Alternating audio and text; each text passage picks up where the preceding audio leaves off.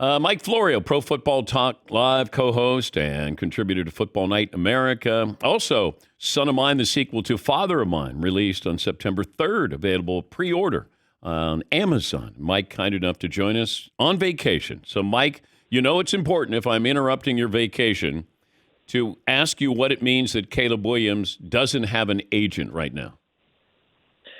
Well, in the grand scheme of things, it doesn't mean much because he's using someone, by all appearances, to negotiate with the Bears on his behalf. He said over the weekend he's not handling it. His lawyers are. The problem is because he's not represented by an NFLPA certified agent, they have to be very careful how they go about communicating with the Bears.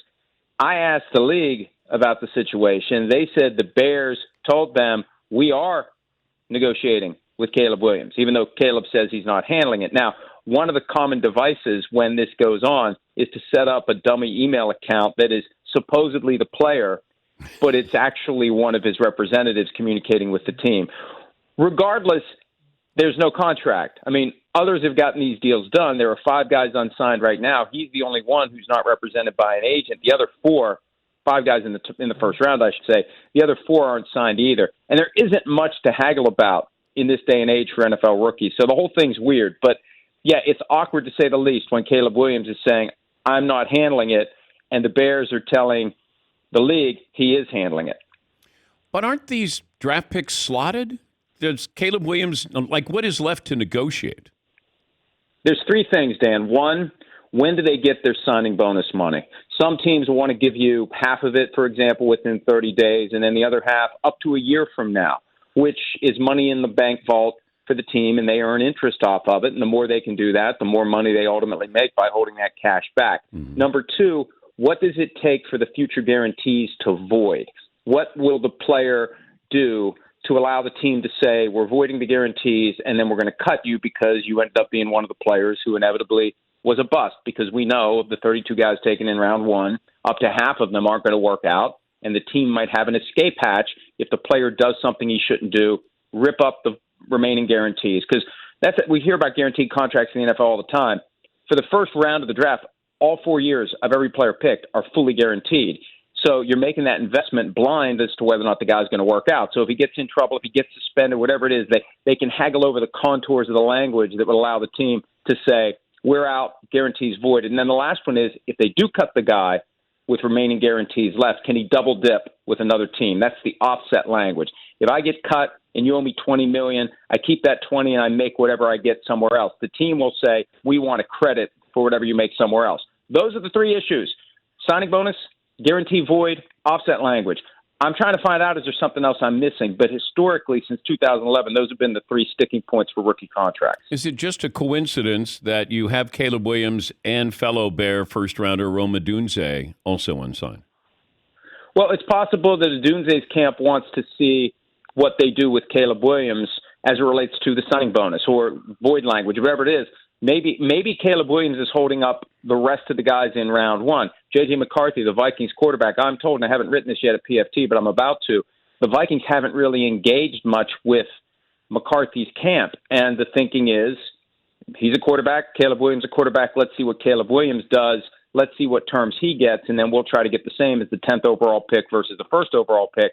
So the Vikings have 2 guys in round 1 unsigned, the Bears have 2 guys in round 1 unsigned, and it's a little weird that of the 5 guys, 4 of them come from 2 teams.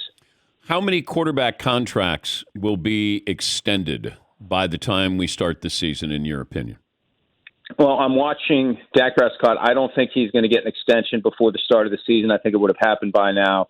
Matthew Stafford, Tua Tagovailoa, Jordan Love are the other 3 hot spots. And it'll be interesting to see who holds out. You know, you rarely have a veteran quarterback who's under contract hold out of training camp. It's typically a rookie who hasn't signed a contract yet who would hold out. But Stafford has been agitating for more guaranteed money beyond this year because he's concerned they were going to dump him after this year. And then when Jared Goff gets $53 million per year and Stafford's at $40, it's easy for Stafford to say something's wrong with this picture. We don't know what the Dolphins are going to do with Tua. I think Jordan Love is the most likely to get done before the Packers convene training camp. I haven't heard anything yet to suggest they won't get it done, but I'm watching Tua and what will he do. if they don't give him what he wants. And I'm just kind of keeping a general eye of curiosity on Matthew Stafford and the Rams, because this has been hanging around since April and they still haven't done a new deal for him. When should we start to take the Devonte Adams being traded or pairing up with Aaron Rodgers again as a serious story? I mean, there's a ton of smoke out there, and I really don't know how to go about cutting through it, because you could search back through quotes and tweets and stories, and it looks like Devonte Adams is content with the Raiders. And this is, as a practical matter, his last year under his current contract. There's some big phony numbers on the back end next year and the year after that drove his average up, but I doubt that any team is going to honor.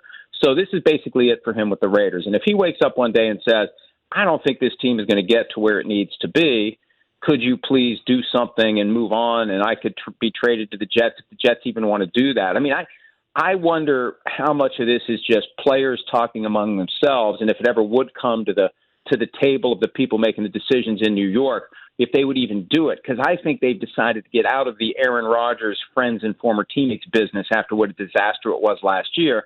But Devonte Adams is a different story altogether. But you look at their receiving core, do they need him? Can they make the financial investment? It really would, restart the whole Jets hype that we saw last year if they would get him. But for now, I'm just kind of like, let's see where this goes. It might just be talk among players. We got to see if the teams are willing to do anything. The big settlement with Sunday Ticket, the NFL, if I subscribe to Sunday Ticket and part of this lawsuit, how much money do fans, should they expect to get out of this settlement? Well, there's 12 seasons in all that are tied up, and I assume that if this money, and it's all pending on appeal, the NFL is going to fight this tooth and nail all the way to the U.S. Supreme Court. It'll take multiple more years, Dan, before it gets resolved. But if at the end of the day, that $14 billion judgment, we've heard the number 4.7, but the moment the verdict becomes a judgment, an official judgment, it automatically gets tripled under the antitrust laws to $14 billion. And I kind of did the rough math. Probably $5,000-$6,000 if you had it the whole time, maybe even a little bit more than that. So this isn't your typical class action where you get coupons or 50 cents for bus fare when it's all said and done. There could be real money flowing back to people, and people need to understand what this case was about, because I don't think it was covered the way it should have been. The customers got screwed on this deal. The NFL deliberately overcharged through DirecTV. The NFL told DirecTV, this is the allegation that the jury accepted, you got to charge a very high price so that a lot of the people will just say, I don't want this. I'm going to watch the games available on my local CBS and Fox affiliate, because CBS and Fox were fanatical. That was the word used by Steve Bornstein, who used to run NFL media, fanatical about Sunday Ticket not cannibalizing their ratings. So the NFL wanted this thing priced so high so fans wouldn't have the choice. They didn't want people to use Sunday Ticket. That's what the case is about. So there was a lot of money spent by the people who really wanted those games, Dan, and they may ultimately, it's still a few years away, but they may ultimately get a lot of that money back. Thank you, Mike. Sorry to interrupt your vacation.